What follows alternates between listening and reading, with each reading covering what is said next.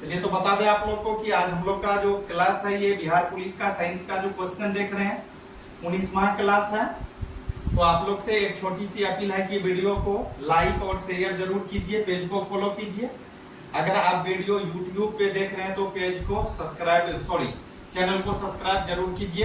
तो एक छोटी सी अपील है कि आप लोग वीडियो को शेयर कर दीजिए ताकि जो भी छूटे हुए हैं उसका कवर हो जाए हर एक चीज। तो आइए देखते हैं क्वेश्चन क्या रहा है। यदि हवा का तापमान बढ़ता है, कह रहा है अगर हवा का तापमान बढ़ जाता है तो उसमें जलवाष्प ग्रहण की क्षमता क्या होती है। कहने का भाव आती है वह यदि हवा है उस हवा का तापमान बढ़ता है तो उसमें जलवाष्प ग्रहण करने की क्षमता क्या होगी। तो उस समय जलवाष्प ग्रहण करने की क्षमता जो होगी वह बढ़ जाएगी। आपको याद रखना है इसका करेक्ट आंसर होगा बढ़ती है, बढ़ती है। चलिए आगे क्वेश्चन 471 कह रहा है शीशे की छड़, कह रहा है शीशे की छड़ जब भाप में रखी जाती है, कोई शीशा का रड है, कोई शीशा का छड़ है, उस शीशे के छड़ को, उस शीशे के रड को हम कहाँ रखते हैं, भाप में रखते हैं, तब इसकी लंबाई बढ़ती है। तो इसकी लंबाई क्या होती है, बढ़ जाती है, परंतु इनकी चौड़ाई क्या होगी, चौड़ाई अपरिवर्तित रहती है। चौड़ाई उस समय बढ़ती नहीं है, सिर्फ लंबाई बढ़ती है, याद रखना। तो चौड़ाई क्या होगा, अपरिवर्तित रहेगी। चलिए आगे देखिए, कहता है गैस इंजन की खोज किसने की। गैस इंजन की खोज करने वाले जो वैज्ञानिक थे वह डेमलर महोदय थे, याद रखना है डेमलर साहब ने गैस इंजन का खोज किया था। आगे देखिए शुद्ध जल का क्वथनांक फ़ारेनहाइट स्केल पर क्या होता है। तो शुद्ध जल का क्वथनांक जो होता है फ़ारेनहाइट पर वह होता है 212 डिग्री फ़ारेनहाइट। याद रखना है कितना, 212 डिग्री फ़ारेनहाइट। कहता है शुद्ध जल का क्वथनांक फ़ारेनहाइट स्केल पर क्या होता है, तो याद रखना है 212 डिग्री फ़ारेनहाइट। चलिए आगे देखिए, कहता है वह ताप जो फ़ारेनहाइट व डिग्री सेल्सियस दोनों पर समान होगा, क्या होगा, तो 40 डिग्री फ़ारेनहाइट होगा। आपको याद रखना है कितना, 40 डिग्री फ़ारेनहाइट हो जाएगा। चलिए आगे क्वेश्चन दिया हुआ है आपका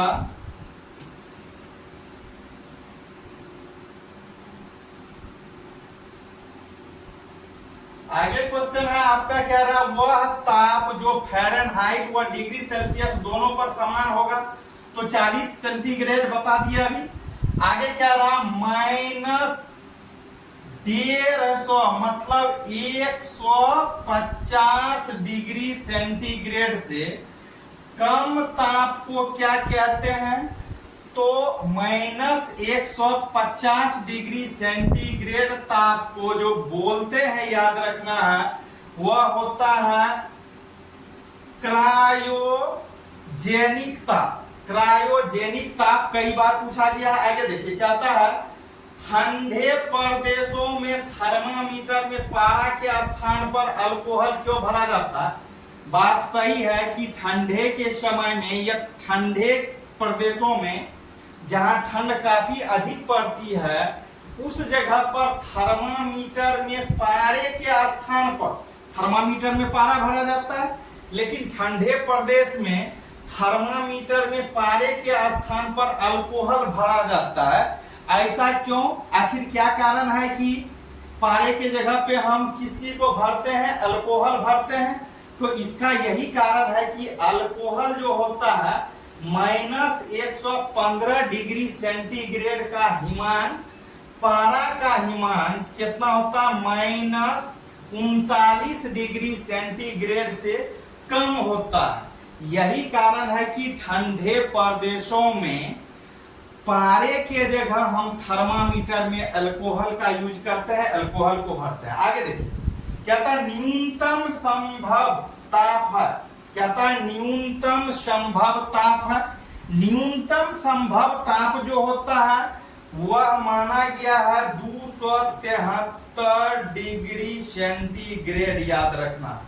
चलिए आगे देखिए, कहता झरने में जल जब ऊंचाई से गिरता है तो उसका ताप, कह रहा झरने में जल जब ऊंचाई से गिरता है, कोई झरना है, उस झरने में जल काफी ऊपर से गिरता है, ऊंचाई से गिरता है, तो उसका ताप घटेगा या बढ़ेगा? तो याद रखना उसका ताप उस समय क्या हो जाता है? बढ़ जाता है। तो इसका करेक्ट आंसर होगा बढ़ जाता है। चलिए आगे देखिए,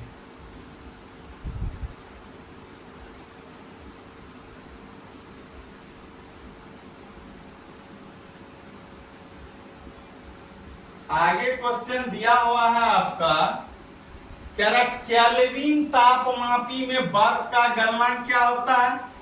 केल्विन तापमापी में बर्फ का गलनांक जो होता है वह 273 के होता है, याद रखना। 273 के क्या है? केल्विन है, याद रखना है। के से केल्विन को डिनोट करते हैं। चलिए आगे देखिए, आगे क्वेश्चन है, कमरे में रखे रेफ्रिजरेटर का दरवाजा खोल दिया जाए तो कमरे का ताप क्या होगा? कहता है कमरे में रखे रेफ्रिजरेटर का दरवाजा खोल दिया जाए तो कमरे का ताप क्या होगा? उस समय कमरे का ताप जो होगा वह बढ़ जाएगा, याद रखना है, बढ़ जाएगा। चलिए आगे देखिए, कहता बर्फ में स्केटिंग, कह रहा बर्फ में स्केटिंग करना यह प्रदर्शित करता है कि दाब बढ़ाने पर बर्फ का गलनांक जो होता है वह क्या होगा? तो वह घट जाएगा, उस समय क्या होगा? घटेगा।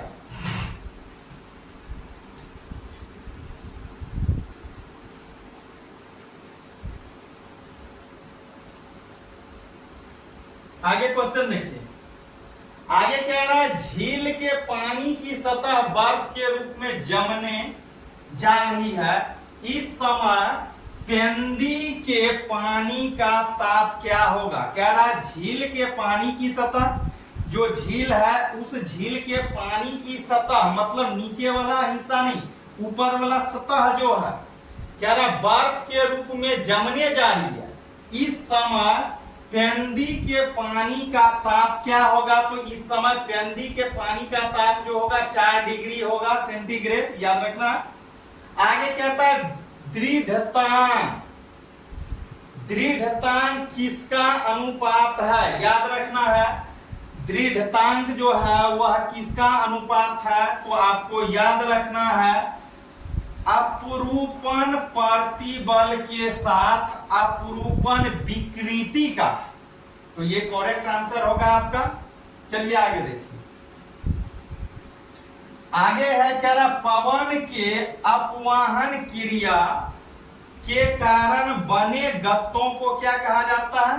पवन में ऐसे हम लोग जानते हैं हवा होती है, तो कह रहा पवन के अपवाहन क्रिया के कारण बने गत्तों को क्या कहा जाता है? तो पलाया कहा जाता है, याद रखना है, पलाया बोला जाता है। चलिए कहता प्रकाश क्या है? प्रकाश क्या है? तो प्रकाश एक प्रकार की ऊर्जा, प्रकाश एक प्रकार की ऊर्जा है, बताए भी है। प्रकाश स्वयं अदृश्य होता है, इसे हम लोग नहीं देख सकते हैं। प्रकाश एक प्रकार का माध्यम है जिसके सहायता हमारी आंख किसी वस्तु को प्रत्यक्ष या अप्रत्यक्ष रूप में देखती है, तो इसे ही क्या बोलते हैं? प्रकाश बोलते हैं। चलिए आगे देख रहे हैं, क्वेश्चन आगे जो दिया हुआ है,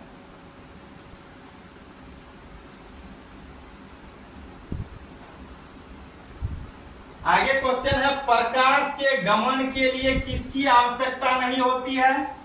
तो प्रकाश की गमन के लिए किसी माध्यम की आवश्यकता नहीं है। तो कह रहा प्रकाश के गमन के लिए किसकी आवश्यकता नहीं होती है? तो माध्यम की आवश्यकता नहीं होती है। आगे क्वेश्चन है प्रकाश का तरंगीय धैर्य कितना होता है? तो प्रकाश का तरंगीय धैर्य जो होता है 3900 एंगस्ट्रॉम से लेकर के 7800 एंगस्ट्रॉम तक होता है, याद रखना। आगे कह रहा प्रकाश का ज्ञान हमें किस अंग से होता है? तो प्रकाश की ज्ञान जो होता है हमें आंख के द्वारा होती है। याद रखना है, प्रकाश की ज्ञान हमें किस चीज के द्वारा होती है? आंख के द्वारा। चलिए आगे देखिए क्वेश्चन। आगे है प्रकाश ऊर्जा के छोटे छोटे बंडलों के रूप में चलता है, जिसे कहते हैं, बात सही है, कह रहा प्रकाश ऊर्जा के छोटे छोटे बंडलों के रूप में चलता है। मतलब प्रकाश जो है वह किस रूप में? ऊर्जा के छोटे छोटे बंडलों के रूप में चलता है, जिसे क्या कहते हैं? जिसे फोटोन के नाम से जानते हैं। याद रखना है आपको, फोटोन। इसका करेक्ट आंसर होगा फोटोन। चलिए आगे देखिए क्वेश्चन। आगे कह रहा है प्रकाश कैसी तरंग है? तो प्रकाश, ये कई बार पूछा गया है कि प्रकाश किस प्रकार की तरंग है। तो प्रकाश जो है वह अनुप्रस्थ तरंग है। याद रखना है, अनुप्रस्थ तरंग। आगे दिया हुआ वायु का निर्वात में प्रकाश की चाल कितनी होती है? कहता वायु का निर्वात में, वायु का पूछ रहा है, निर्वात में प्रकाश की चाल कितनी होती है?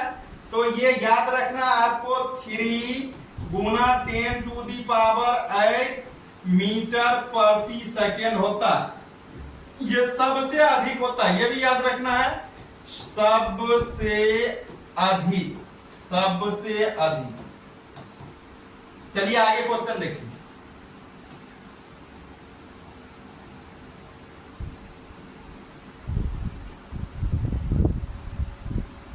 आगे आपका क्वेश्चन है, कह रहा पानी में प्रकाश की चाल कितनी होती है? तो पानी में जो प्रकाश की चाल होती है, याद रखना 2.25 गुना 10⁸ मीटर प्रति सेकेंड। आगे देखिए, कह रहा कांच में प्रकाश की चाल कितनी होती है? अगर कांच में प्रकाश की चाल पूछा जाए तो याद रखना 2 गुना 10⁸ मीटर पर सेकेंड होता है। आगे देखिए, आगे आपका क्वेश्चन है, कह रहा सूर्य से प्रकाश को पृथ्वी तक आने में कितना समय लगता है?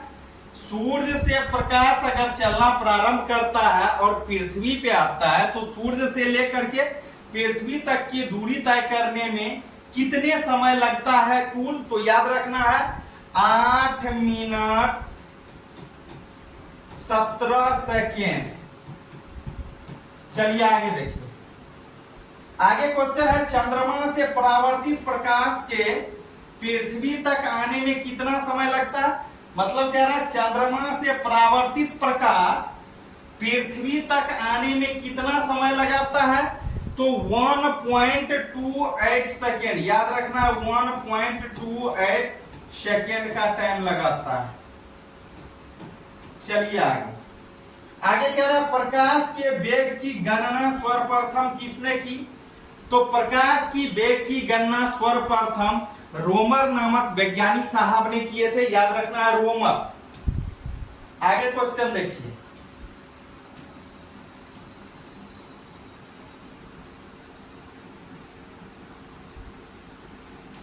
आगे क्वेश्चन दिया हुआ है, तारपीन तेल में प्रकाश की चाल। तारपीन तेल में जो प्रकाश का चाल होता है अगर पूछेगा तो याद रखना है 2.04 गुना 10⁸ मीटर पर सेकेंड होता है। आगे देखिए, आगे है रॉक सॉल्ट में प्रकाश की चाल। रॉक सॉल्ट में जो प्रकाश की चाल होता है वह होता है 1.96 गुना 10⁸ मीटर पर सेकेंड होता है। आगे दिया है नेफ्थलॉन। नेफ्थलॉन होता है में प्रकाश की चाल कितनी होती है? तो 1.96 गुना 10⁸ मीटर प्रति सेकेंड होता है। आगे दिया प्रकाश का कणिका मॉडल किसने प्रस्तुत किया? प्रकाश के कणिका मॉडल प्रस्तुत करने वाले जो वैज्ञानिक साहब थे वे थे दकार्ते। याद रखना दकार्ते। और कितने ईस्वी में खोज किया गया था? आपको याद रखना है 1637 ईस्वी में खोज हुआ था। 1637 ईस्वी में। चलिए आगे देखिए। 500 क्वेश्चन कवर हो गया। आगे 501 से देखिए। आगे क्वेश्चन दिया हुआ है, प्रकाश के तरंग का सिद्धांत किसने दिया? तो प्रकाश के तरंग का सिद्धांत जो देने वाले वैज्ञानिक थे वह थे डच भौतिकविद हाइगेंस साहब ने दिए थे। हाइगेंस साहब, इतना ही आप याद रखिए। और कितने ईस्वी में दिए थे? 1678 ईस्वी में दिए थे। चलिए आगे कहता है, किसने यह सिद्ध किया कि प्रकाश की चाल जल की अपेक्षा वायु में अधिक होती है? कह रहा वह कौन सा वैज्ञानिक है या वे कौन है जिन्होंने यह सिद्ध करके दिखाया कि प्रकाश की चाल जल की अपेक्षा वायु में अधिक होती है? तो ये फूको नामक वैज्ञानिक साहब ने किए थे। फूको याद रखना, नाम थोड़ा सा अटपटंगा सा लग रहा है, फूको। और कितने ईस्वी में? 1850 ईस्वी में। 1850 ईस्वी में याद रखना। आगे देखिए क्वेश्चन, आगे दिया हुआ विद्युत चुंबक या विद्युत चुंबकीय सिद्धांत किसने दिया? तो विद्युत चुंबकीय सिद्धांत देने वाले वैज्ञानिक साहब जो थे वह थे James Carl Maxwell. James Carl Maxwell. चलिए आगे देखिए क्वेश्चन,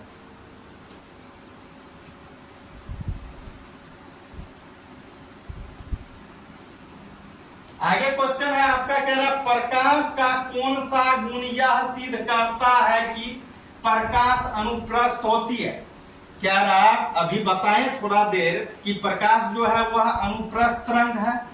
तो यही कह रहा किस प्रकार से है? कह रहा प्रकाश का कौन सा गुण यह सिद्ध करता है कि प्रकाश अनुप्रस्थ होती है? तो ध्रुवन गुण याद रखना, इसका करेक्ट आंसर होगा ध्रुवन।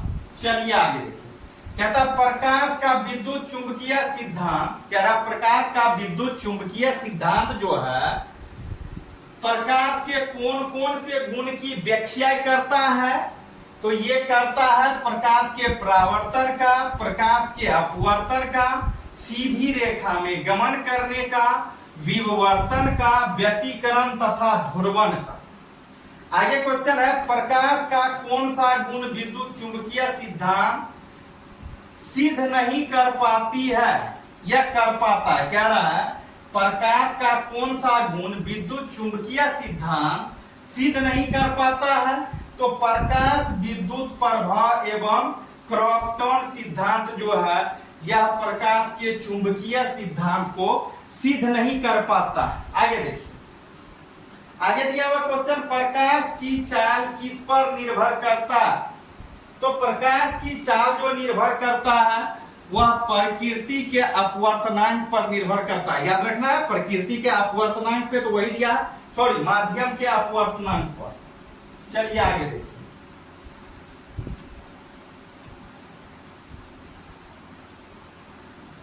आगे क्वेश्चन आपका दिया हुआ है, कह रहा प्रकाश की चाल किस पर निर्भर करता है? माध्यम के अपवर्तनांक पे हो गया। कहता माध्यम का अपवर्तनांक जितना अधिक होगा प्रकाश की चाल उसमें उतनी ही क्या होगी? कम हो जाएगी। याद रखना है, माध्यम का अपवर्तनांक जितना अधिक होगा प्रकाश की चाल उसमें उतने ही कम होगी, अधिक नहीं, याद रखना है, कम होगी। चलिए आगे देखिए, कहता आइंस्टीन द्वारा प्रतिपादित प्रकाश के फोटोन सिद्धांत द्वारा प्रकाश के किस गुण की व्याख्या होती है? तो प्रकाश विद्युत प्रभाव का एवं क्रॉम्पटन सिद्धांत का होता है, जो इससे पहले भी अभी हो गया क्वेश्चन। चलिए आगे देखिए, आगे क्वेश्चन है, सूर्य, विद्युत बल्ब, कैंडल, जुगनू कैसी वस्तुएं हैं? तो ये प्रतिदीप्त वस्तुएं हैं। अब बातें आती है कि प्रतिदीप्त वस्तु किसको बोलते हैं? तो प्रतिदीप्त वस्तुएं ऐसे वस्तुएं बोलते हैं जिनके पास अपना प्रकाश होता है, जो अपने प्रकाश से प्रकाशित होते हैं। जैसे सूर्य है, सूर्य को हम रोशनी नहीं देते हैं, ये केवल अपने प्रकाश से क्या होते हैं? प्रकाशित होते हैं। विद्युत बल्ब है, विद्युत बल्ब को हम नहीं देते, ये अपने प्रकाश से प्रकाशित होते हैं। जुगनू है, जुगनू भी अपने प्रकाश से प्रकाशित होती है। तो ये जो भी है प्रतिदीप्त वस्तुएं हैं, याद रखना है। यानी कि इसको इंग्लिश में हम ल्यूमिनस ऑब्जेक्ट बोल सकते हैं। अब इसी में अगर बातें करें, हम थोड़ा सा इसका डीपली बातें करें, तो प्रकाश स्रोत के अंतर्गत क्या आता है? इसमें आपको मिलेगा एक मानव निर्मित होता है, मानव निर्मित होता है, एक होता है प्राकृतिक पदार्थ, प्राकृतिक। जैसे मानव निर्मित में अगर दीप्त वस्तु को देखेंगे तो बल्ब हो गया, मोमबत्ती हो गया, कैंडल हो गया, लालटेन हो गया, इसका निर्माण मनुष्य ने किया, लेकिन फिर भी ये प्रतिदीप्त है, यानी कि दीप्त वस्तुएं हैं। अगर प्राकृतिक स्रोत में चले जाएंगे तो जुगनू हो गया, जुगनू का निर्माण किसने किया? हम लोगों ने नहीं किया, ईश्वरीय देन है। इसी तरह से सूर्य, तारे हो जाएगा। तो चलिए आज का क्लास यहीं तक बिहार पुलिस का। और आप लोग से छोटी सी अपील है, बार बार करते हैं कि आप लोग अगर वीडियो को फेसबुक पे देख रहे हैं तो पेज को अधिक से अधिक फॉलो कीजिए और शेयर ज्यादा कीजिए, क्योंकि मेरा तबीयत लगातार 19 रोज तक खराब रहा, जिसके चलते आपका हम क्लास नहीं दे पाए। तो आपसे छोटी सी अपील है कि आप लोग वीडियो को अधिक से अधिक शेयर कीजिए। अगर आप इसी वीडियो को YouTube के जरिए देख रहे हैं, YouTube पे क्लास कर रहे हैं, तो जरूर आप चैनल को सब्सक्राइब कीजिए। तो चलिए फिर मिलते हैं आगे, तब तक के लिए गुड बाय।